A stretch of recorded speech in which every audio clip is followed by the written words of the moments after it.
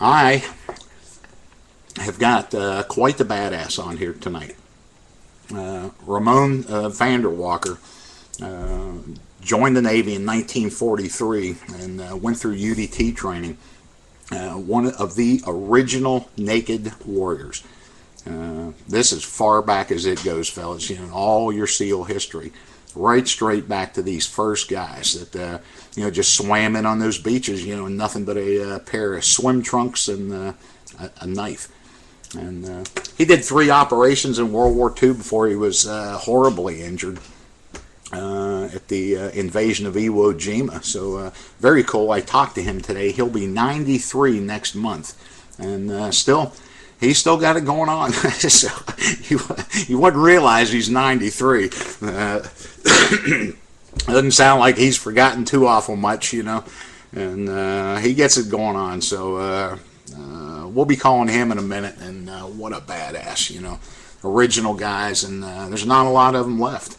So hell of a story, and when you hear him talking, you'll appreciate it. But some good stuff. You guys ought to be getting something out of all these guys. There's just that commonality, no matter how old it goes back to. You know, these buds just always sucked. You know, any kind of the 66 years of the training that's going on, it all sucked in some ways or one thing for another. And so Ramon definitely had it and got out there and did the deed. So I'm going to give him a call real quick, and we'll hear about the invasion of Iwo Jima, you know, from a frogman who was there. Yeah, good guy. 93 next month. Easy day. Here we go, fellas.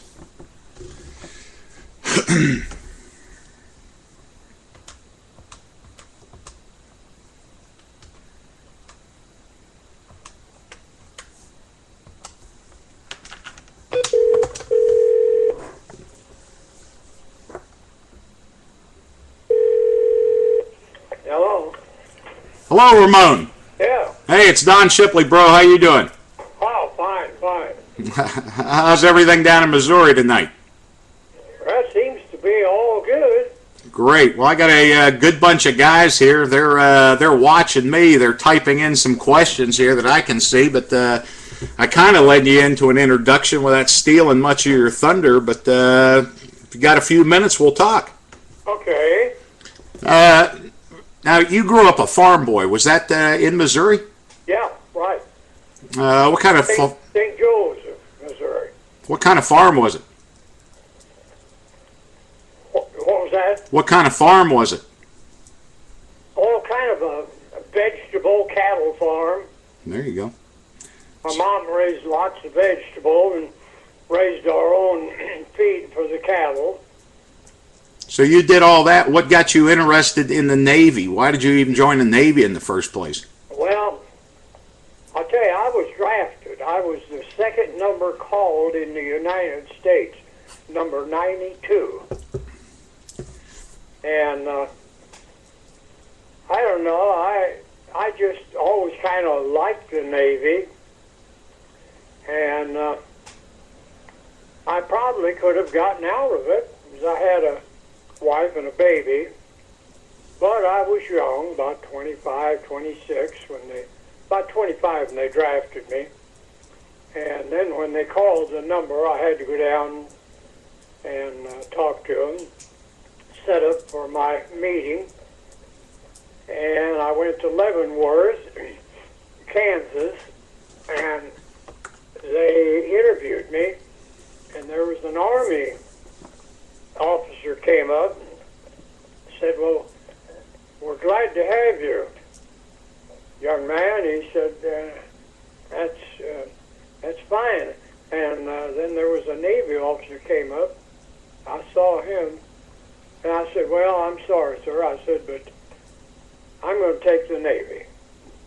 Boy, that old Army guy's face dropped a foot. I bet. Nobody likes seeing anybody walk out of the recruiter's office. Yeah.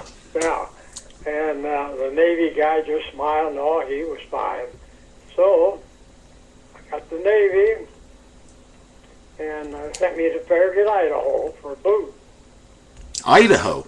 Yeah. I'll be damned. I didn't know I know World War II was a crazy time for this country, but I didn't know they had ever had boot camp in Navy boot camp in Idaho. Yeah, that was it, Farragut, Idaho. I'll be doggone. So when you were, what got you interested in Frogman? Well, we were saying I had a young buddy that was several years younger than me. I think he was just old enough to get in. He was a kid from Kansas. And he always hung around with me, and we'd scuffle and all. And so one night he came running in, or one afternoon. He came into my tent, and he said, "Hey, Van," he says, "they're calling for guys to join up on hazardous overseas duty." And I thought, well, I don't know, do I want to get into something like this or not? And he kept running toward the place where they were recruiting, and, "Come on, Van." And I says, what have I got to lose? So I ran after him, and we both were taken. And there was about 15 of us out of 250 at the interview. What kind of interview was that only 15 of them got? Oh, I can't hardly remember. It's been 8 years ago. Well, I guess you found out quick that it was UDT training you were going to. Yeah, that's right. So you went down to Florida. That said, call home and tell your relatives, your father, your mother, or your wives if you're married. And I did, and she was very unhappy. She didn't want me to go overseas into hazardous duty. And I said, well, that's what I'm here for, and I said, I'll be all right. So we got all joined up, started doing some of our calisthenics, and we had a Marine sergeant taught us judo, and we had a lot of training in the ocean, and we'd swim 2 miles out to sea, straight out to sea, 2 miles back. And boy, some of them had to go to a boat that was in between, They just couldn't make it for that soon. But when they got through training, they were fit. They fit for anything. Training was tough, really was. We had to run 7 miles with a rubber boat on our head. And this is what we trained in, rubber boats. We'd come to a jetty or something, we'd put it in, go across, take it out on the other side, put it on our heads, take off again. Doesn't sound like training's all that different today. Yeah.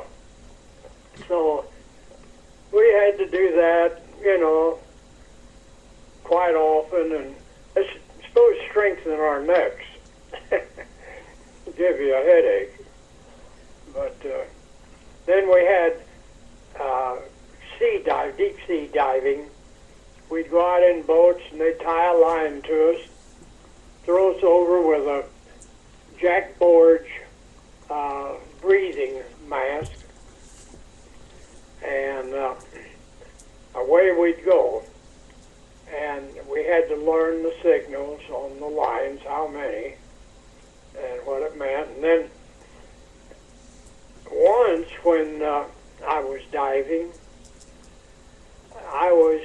I had been down 65 feet, and I was walking along, and I thought to myself, this is the most beautiful country I've ever seen. What a world this is. Fish of all kinds and colors, swimming around me.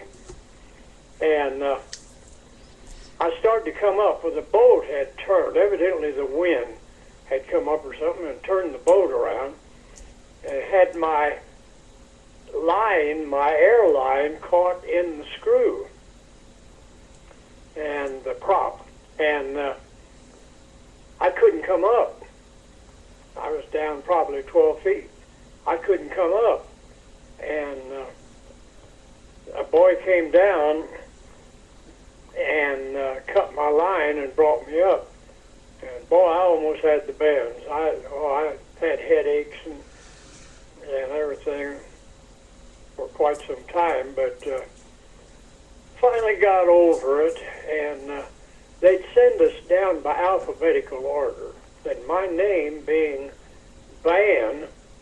Vanderwalker, made it almost, well, I was probably the last. I don't remember anybody after me. This boy's name was Washburn, but he had already been down for some reason that came down without any air and cut my line. I'll be damned. There's a swim buddy for you. He was the chief in the team. He wasn't a chief also, he was just chief of the team. And he was a boy, German boy from New Hampshire, I think. And so that ended our diving. We were getting ready to go to sea. That ended that right there. And then we got other places, other islands and things. We'd go down like Saipan, Guam, wherever. We'd swim. And that's about all we did, swim day and night. Did you get any extra pay being a frogman back then? Any demo or dive pay? No, never did. No. Oh, you'd want to throw up if you knew what they were paying these SEALs today. Yeah, I got $52 a month. I'll be damned. That wasn't very much to send home some, No. But everybody smoked cigarettes then, and we'd buy those for 5 cents a package. Now try it. Yeah, there you go. More things change, Oh. So you go overseas. What ship were you on? The USS Blessman. Glesman. Yes, that was named after a North Dakota man who had been a commander, I think, something like, I don't know, some commanding position in the Navy.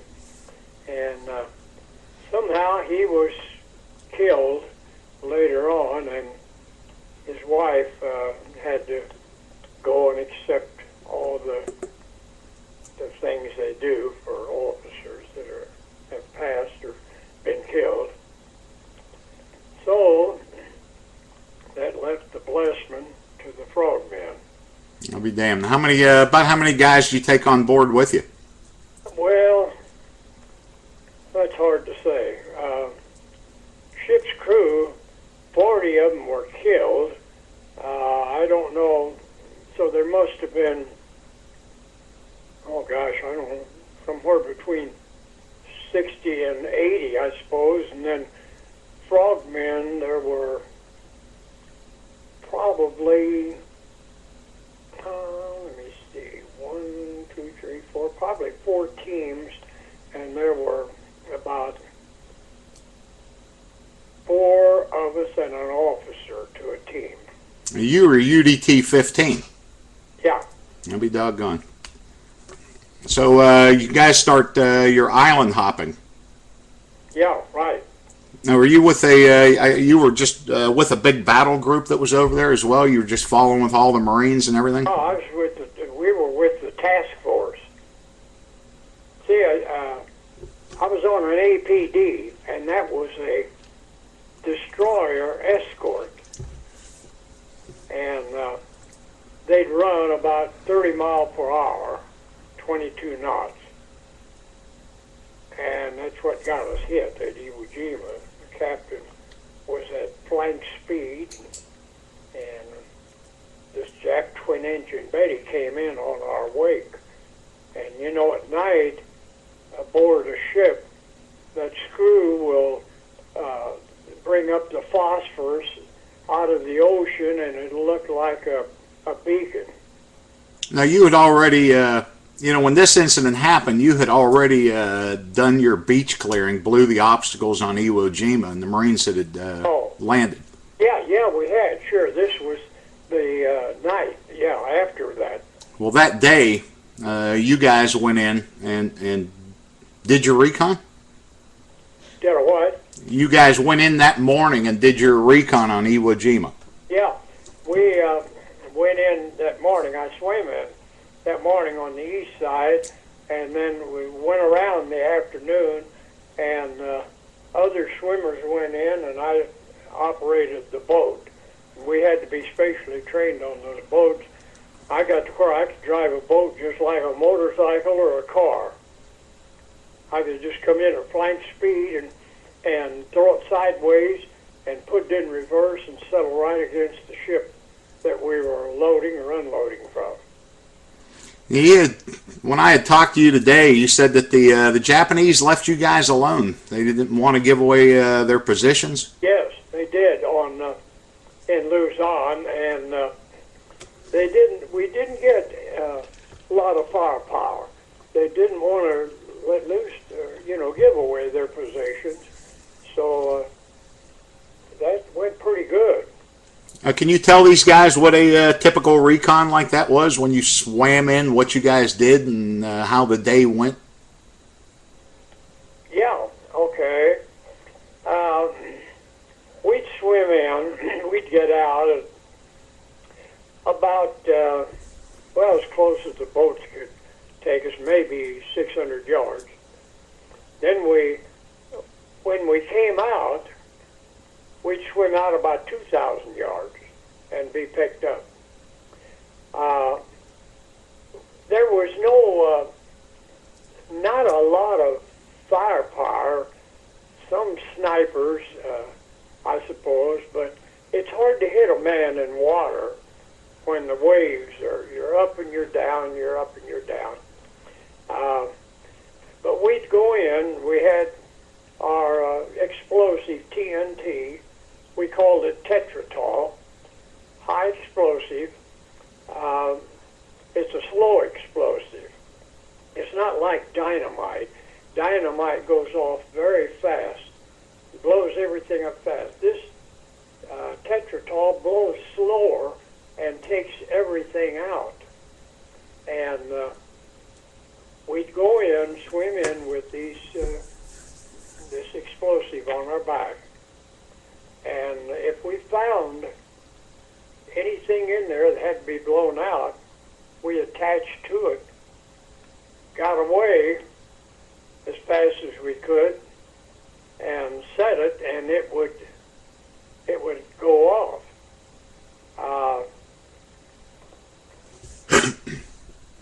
There were railroad things, like I told you, railroad rails, and the Japs would sharpen them just like a spear, and then they'd leave that end up, and at high tide, if the Marines came in with their boat, that boat would get caught on those things.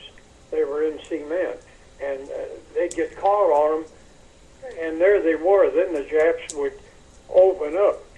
They'd open their positions, and they'd start firing, and they'd kill a lot of good Marines. So we would blow those things up. Whatever we found there, we'd attach to it and blow it up.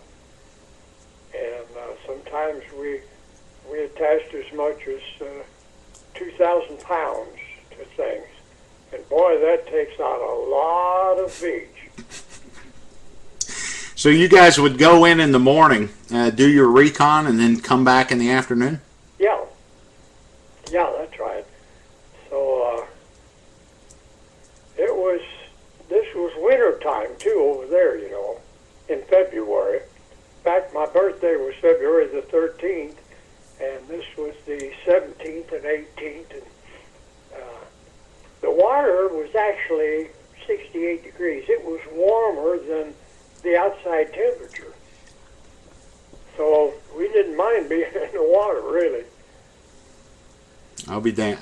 What was your relationship with the Marines? You guys are cruising around. You know, there's still a lot of rivalry between the Marine Corps and the Navy, especially the SEALs and the Navy. With you guys going in first and everything. You know, the Marine Corps is out of the Navy. Didn't you know that? Yeah, Department of the Navy. Yeah, and no, we had a lot of respect for them, and they had a lot for us. And in fact, we had 5 of them aboard our ship when it got hit, and all 5 were killed. So, well, you guys clear the beach, and the Marines begin their landing. Yes. And so from what I... Day, and we would clear it at Iwo Jima. We cleared it one day, and then the Marines got there the next day.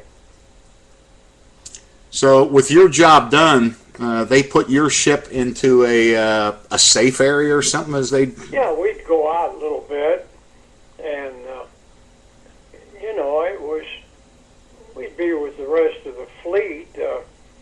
Battle wagons were throwing those salvages of 3 shells at a time, and if you've ever seen one of those shells in the air after the battle wag fires it, we could look up. Now this is while we're swimming in, and we could look up and see those shells, and they're as big as a man. They weigh 2,000 pounds, and they're so big you can see them going through the air, and they hit the island. Boy, I mean, what an explosion. So we had that. We had heavy cruisers. In fact, when I was going in the afternoon in my boat, it'll tell about it in my book, and I was going in and driving the number 1 boat, and all of a sudden there were some rocks setting out in the ocean.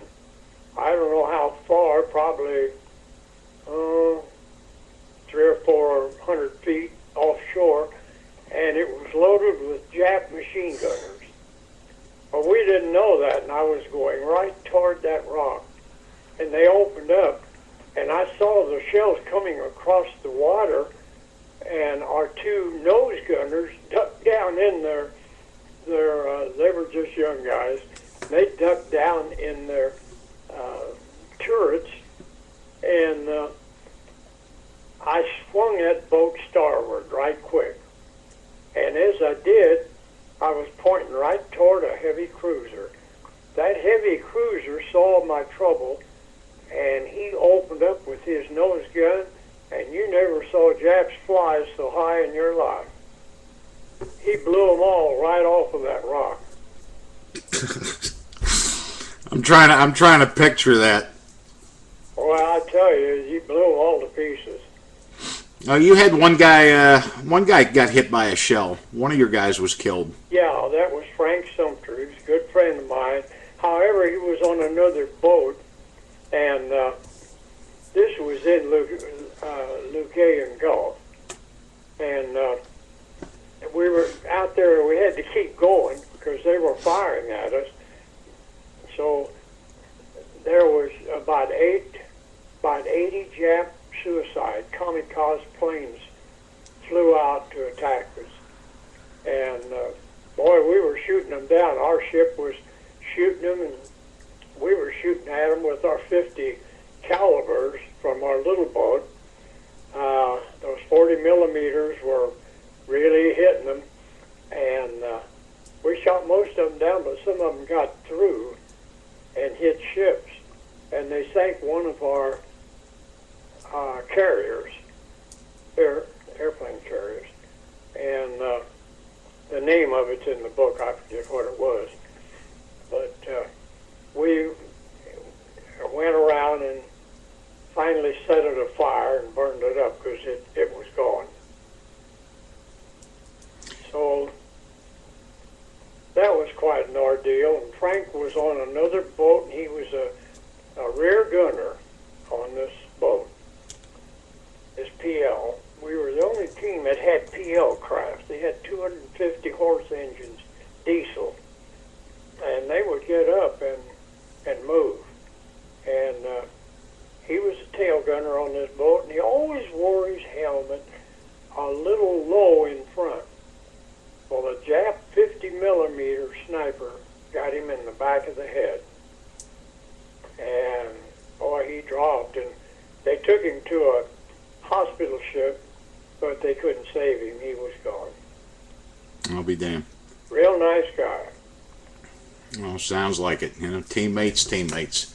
So you guys are now after you did the your beach clearing on Iwo Jima, you guys are sent to an area, I guess, from talking, kind of a safe area, an area out of the way. You mean after the beaches? Yeah, that night. Yeah, we'd go back on our ship, and then after we were hit, those who were not hit stayed on the ship, and it was towed by some kind of a towboat that only towed it about 4 miles per hour back to Saipan.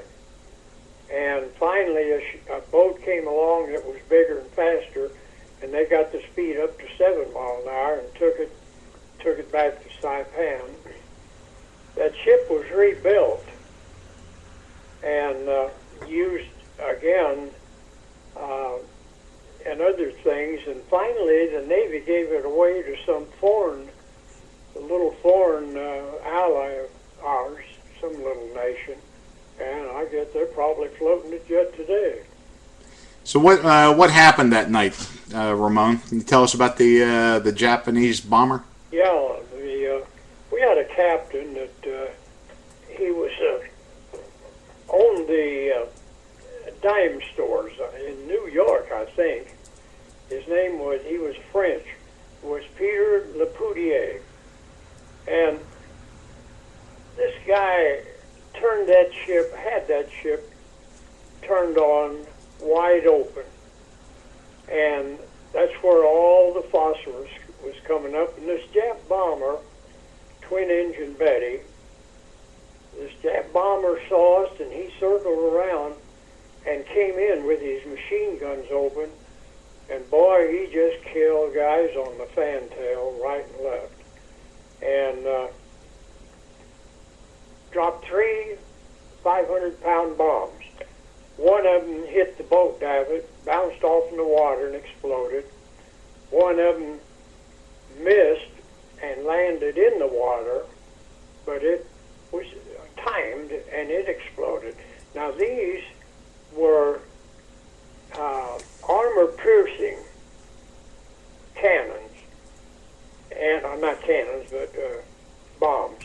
And the one that hit us went right through the middle of the ship, or sort of the starboard middle, not far from the middle, and it killed everybody in the right mess hall place, where they were sitting writing letters to their family telling them, oh, we made a good operation today, and boy, it killed 15 of my teammates, it killed 40 shipmates, and it wounded 23 others, both ship service and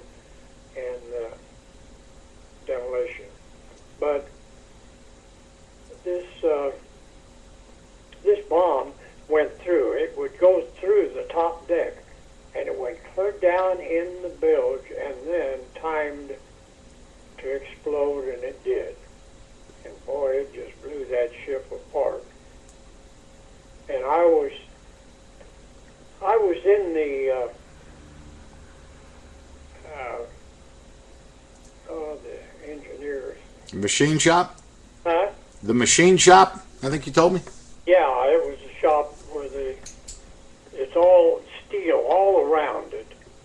And that's all that saved my life. And Red, he was in there with, he's a good Iowa boy. And I think he came from up around Mason, Iowa. Of course, he's gone now, but he wasn't injured like I was. You guys were in there playing guitars at night. Yeah, we were playing our guitars. I was playing lead. I've never played that like I have that night. I could play anything. Guys would come in going down below to get in the engine room, and they'd say, "Hey, do you know this? You know, yeah, man, we'd playing." And I was playing lead, and he was strumming, accompanying me, and he was good. And that's a strange thing. These bombs, I guess I heard them explode or something, but not too much in the water. But I stopped playing, and I said, "Red, we're hit. Hit the deck." And about that time, boom, and our guitars disintegrated. They didn't even find the strings on them. They were completely gone, and I had a Gibson guitar to be worth probably over $20,000 today. A guy had, one of the boys in my team had given it to me. His name was Pilly, and he's from Louisiana, a real nice boy. And he had given me that guitar. He bought it, and I told him I'd teach him to play. Well, he just couldn't learn because, I don't know, he just didn't have any music in him or something. So he says, "Man, I'm going to give you this guitar. Just play it for us." I said, "Okay." So I accepted it. Boy, it was a beauty. And it's gone. Doggone it, that was a wonderful guitar to keep. It had a beautiful tone. But that's the way it goes. Well, Red got me back. I was laying down on the floor. My head was down in the hole, the companionway that went down to the engine room. And all I could see down there were guys laying everywhere. Just blew them all to pieces. And Red was not hurt, so he says, come on, man, let's get you back to the fantail." Well, it wasn't too far. So he took me back there finally, and some other guys helped him. And we got back there, and there was a guy lying right next to where he put me down. And I reached over and I said, "Hey, buddy, you all right?" And I put my hand on his chest and went all the way through him. Well, he was strafed with those Jap guns out of their nose guns when they came in. And so I passed out. And I was out for 8 hours. The next morning, they came around to bury all the dead. And I was lying in that line. And they had these big black cannonballs with an eye in them. And we wondered when we saw them boarding them or putting them aboard ship, loading them, we wondered what the heck were those for? Well, we found out they go on the end of the bag they put you in, and they deep six you. And they were just putting my feet in one of these bags, because I was dead, as far as they were concerned. And Red stayed with me. He wouldn't leave me. He was a ship's crewman, but we had built up a terrific companionship just playing guitars together. And he said, "No, wait." He says, "Don't put that bag on him." He said, "I just saw his band's eyes blink." By golly, he did. And they checked me out. The ship's doctor checked me. And I woke up. By gosh, I'm here today. And so I try to call my book In the Blink of an Eye. But in the blink of an eye in the Bible, you'll see it under Corinthians 1:15, 51, 52, and 53. It tells about being killed or dying, and coming alive again. I don't know. Maybe that's what happened. Maybe I'm in my second life. I'll be damned. You know, that is quite a story there. That must have been something to wake up to. Oh boy, was it? Oh, I tell you, I loved Rick from then on. Boy, I said, what a pal. He saved my life twice because he really talked me into going into the room and playing, because we'd been out. It was a machine shop, is what it was.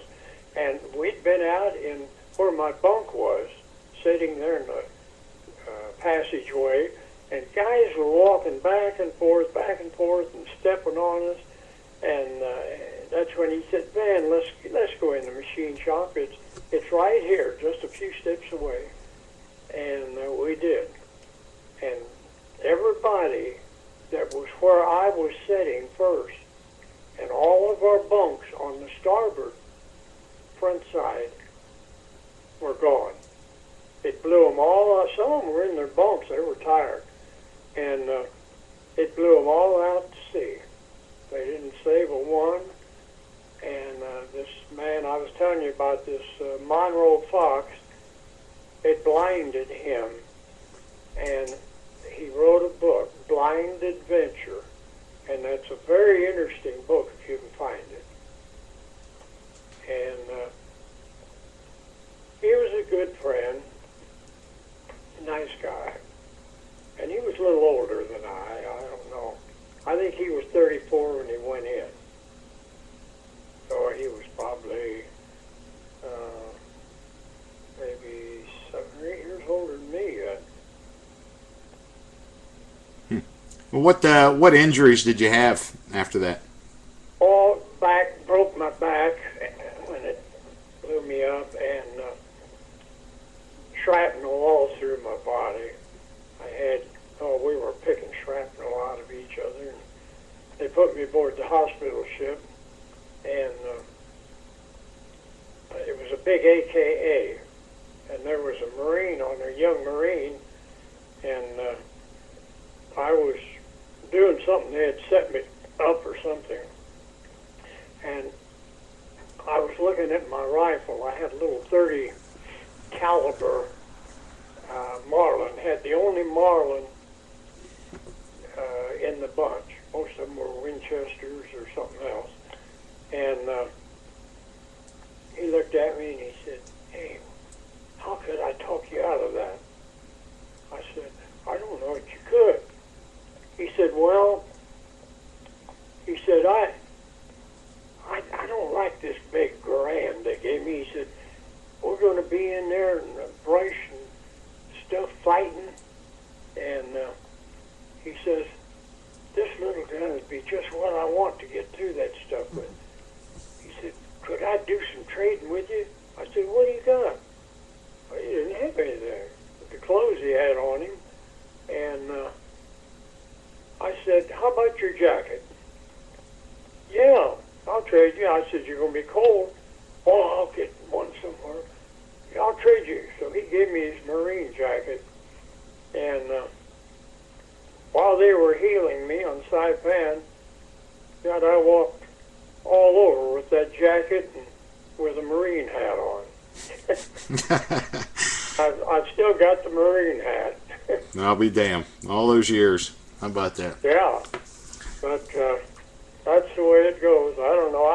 I felt sorry for him, and I knew that my days were over. I wouldn't be fighting again. And then, my gosh, as luck would have it, they started checking all these guys out. And some of them, when they went into the psychiatrist's office, would knock stuff off his desk, and they didn't want to go back. And they'd been through enough. So they called me in, and somebody took me in there and talked to me and said, "Well, you're in pretty good shape outside of your back." "Yeah, I guess so." I said, "I can still walk pretty good by myself, but it hurts. And, of course, it had blown my pants almost all off of me, just tore them all to pieces. And so they sent me back out that I was available. One time I was in my bed in the hospital section, and my commander was aboard too, and Commander Brooks out of Texas. Boy, he was a wild. And he came in. He said, "Hey, Van, old buddy." And I always operated the boat that he was on. And he said, "We're going to Korea." I said, "Who?" He said, "The team." He said, "Hell, we're going." He said, "I want to keep my original crew, and we're going to Korea." And he says, "I'll tell you what I'll do. If you tell me right now you'll go and operate the boat," he said, "I'll give you 30 days to go home with see your loved ones." Man, I hadn't been home for forever. So I said, "It's a deal." Before I thought, I wanted to go home. So I did. And I saw a doctor at home. He did some treatment on me, a civilian doctor. And I was feeling pretty good. Wife was unhappy about me leaving. But I had to go, so I went back and met a pretty girl on the train. You're a young bunch there will get a kick out of this. And boy, she came and sat down by me, talked to me, and she said, "Hey, will you stop and stay with me all night?" I said, "What?" I said, "Man, I gotta be at a certain place here in California at a certain time. I can't do that."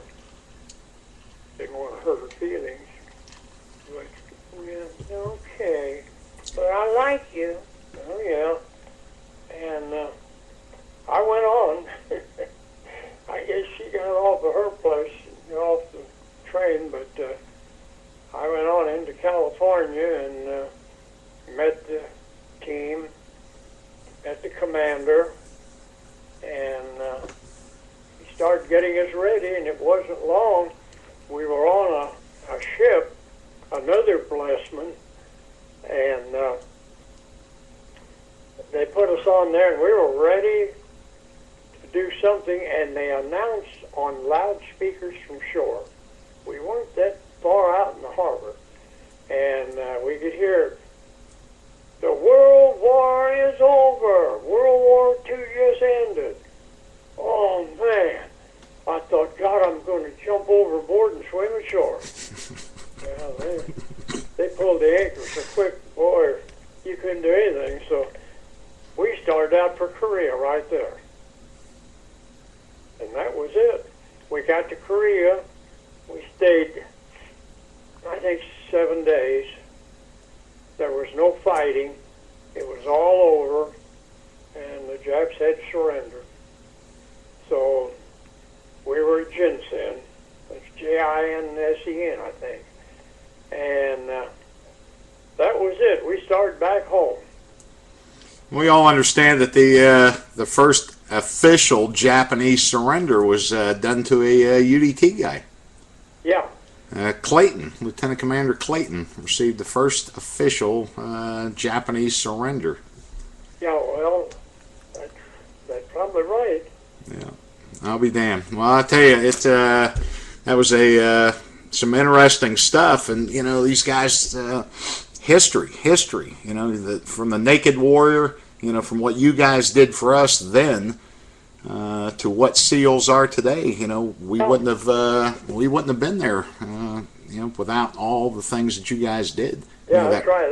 That's what Steve calls us all the time, Naked Warriors. Yeah.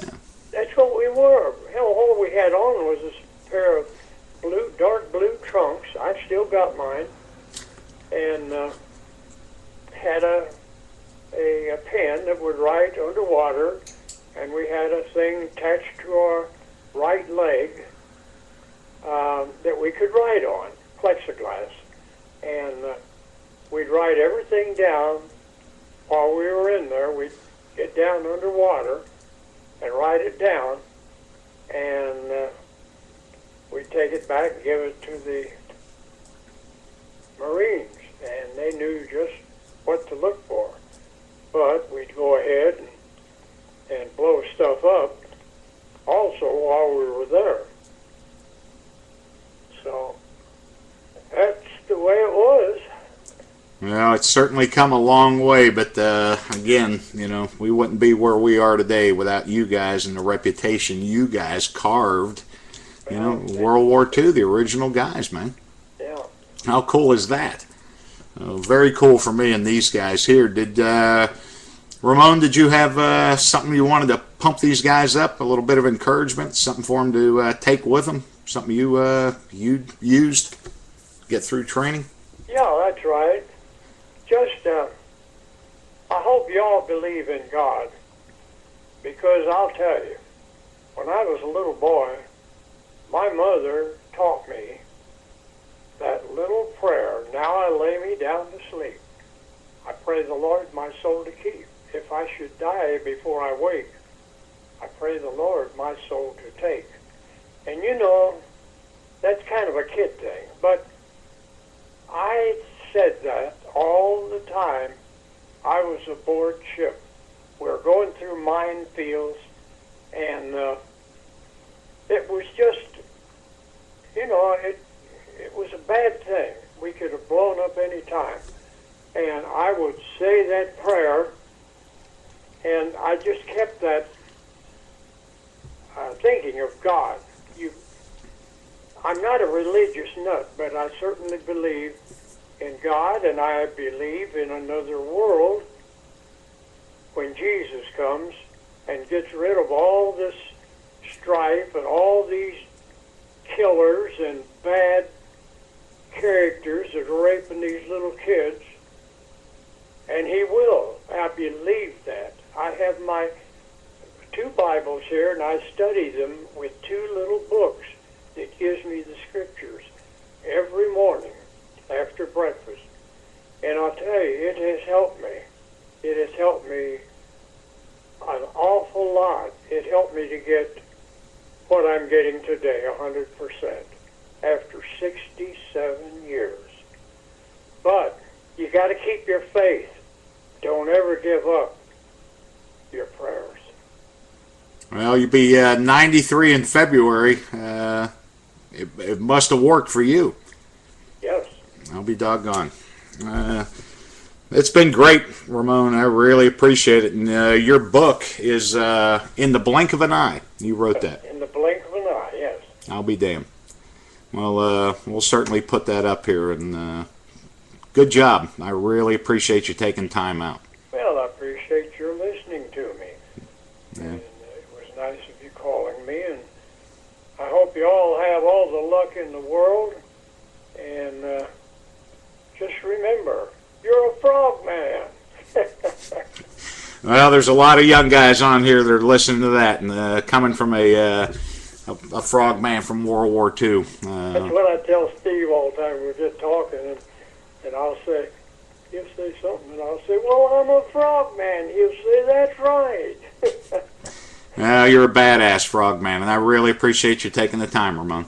Well, thank you. Thank you very much. I will talk to you. Call anytime. I will, sir. I will. Thank you. Thank you very much. Bye-bye. Bye. Damn. How cool was that? That guy's got a mind. When I made chief, me and another SEAL made chief together. Billy Nesdy's been on here before. Bill the Buds instructor. I used to hang out over at Bill's house in California, and his neighbor was named Rube. And Rube was a World War II torpedo bomber pilot. He was an E4, E5 in the Navy. He was an enlisted guy in the Navy and flew his own torpedo plane. And that guy we'd buy him a bottle of Jack Daniels, and me and Bill would just sit over there and drink that bottle with him and just listen. And we never even said anything. He'd just start talking and would remember dates and names and places where people lived at.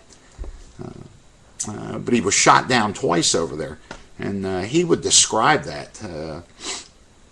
Same stuff you see in the movies. You know, he'd been shot down one time. He said he took his plane down to the water, and he could see the bullets from the Japanese plane coming up behind him, and he'd turn out of the way, and you know, back and forth, back and forth. He'd just be watching the spray in the water, and finally got him. But he had been shot down twice, and he described in detail that type of plane. He said they would deliberately crash land it in the water upside down so that it would flip over and they could get out.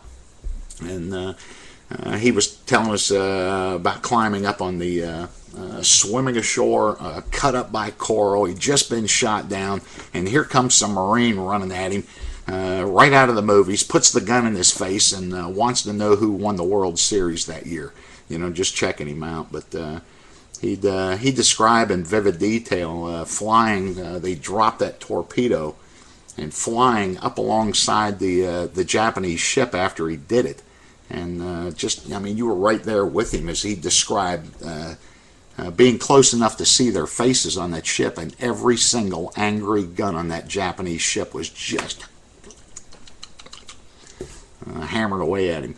Anyhow, we made chief, and Rube put on his, he made chief in the Navy. He became a chief petty officer, retired, put on his World War II chief's uniform with all that medals he had, Navy Cross, Silver Stars, Purple. He was a badass, and he initiated us. He pinned my chief's anchors on, so very cool guy. He died about 10 years ago or something like that. Very cool, you know, and damn, sharp as a tack, same way, sharp as a tack. So 66 years ago, I was talking to him today that he was on Iwo Jima, and I said I was there too, and he said, "You were?" And I said, "Yeah, it was 50 years after you were there." So I landed on Iwo Jima, the same place he did, his reconnaissance work. We landed the boats on Iwo Jima for the 50th anniversary of the invasion. So it was kind of cool, you know, being a new guy, but being able to say, I've seen where you landed. I saw where you did that shit. So good dude, man. What a badass.